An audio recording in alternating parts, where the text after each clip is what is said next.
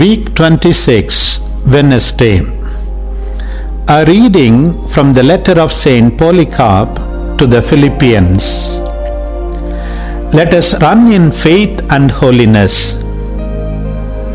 I appeal now to every one of you to hear and obey the call of holiness, and to exercise the same perfect fortitude that you have seen with your own eyes in the blessed Ignatius and Rufus and Zosimus, and not in them alone, but in a number of your own townsmen as well, to say nothing of Paul himself and the other apostles.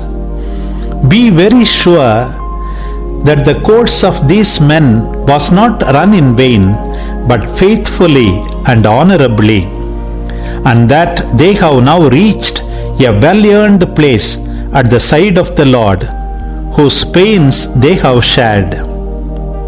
Their hearts were not set on this world of ours, but on Him who died for our sakes and was raised up again for us by God.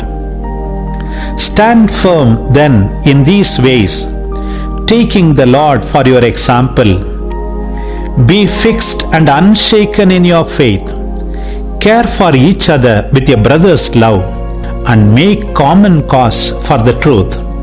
Give way to one another in the Lord's own spirit of courtesy, treating no one as an inferior. When it is in your power to do a kindness, never put it off to another time, for charity is death's reprieve. Let everyone respect his neighbor's rights, so that the heathen may have no occasion to find fault with your way of life. By so doing, you will not only earn approval for the good you do, but you will avoid bringing the Lord into any disrepute. Woe betide anyone who does bring the Lord into disrepute. So impress upon everybody that they ought to be as sober and sensible as you are yourselves. My heart is sore for Valens, sometime one of your clergy, that he should have so little understanding of the office that was conferred on him.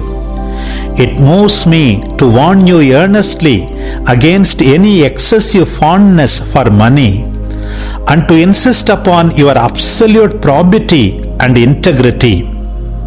You must keep yourselves from the slightest taint of wrong. If a man has no control over himself in matters of this sort, how can he possibly preach it to anyone else?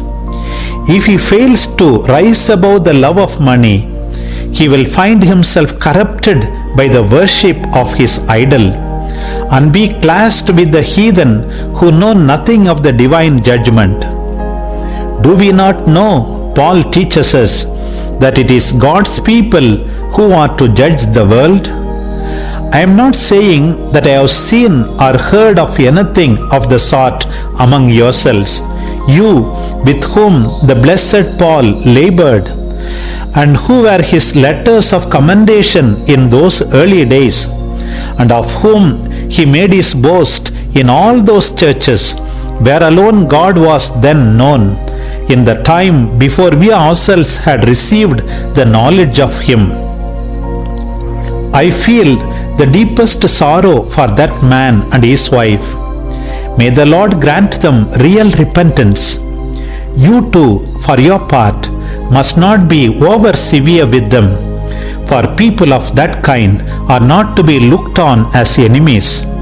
You have to restore them, like parts of your own person that are ailing and going wrong, so that the whole body can be maintained in health. Do this, and you will be promoting your own spiritual welfare at the same time.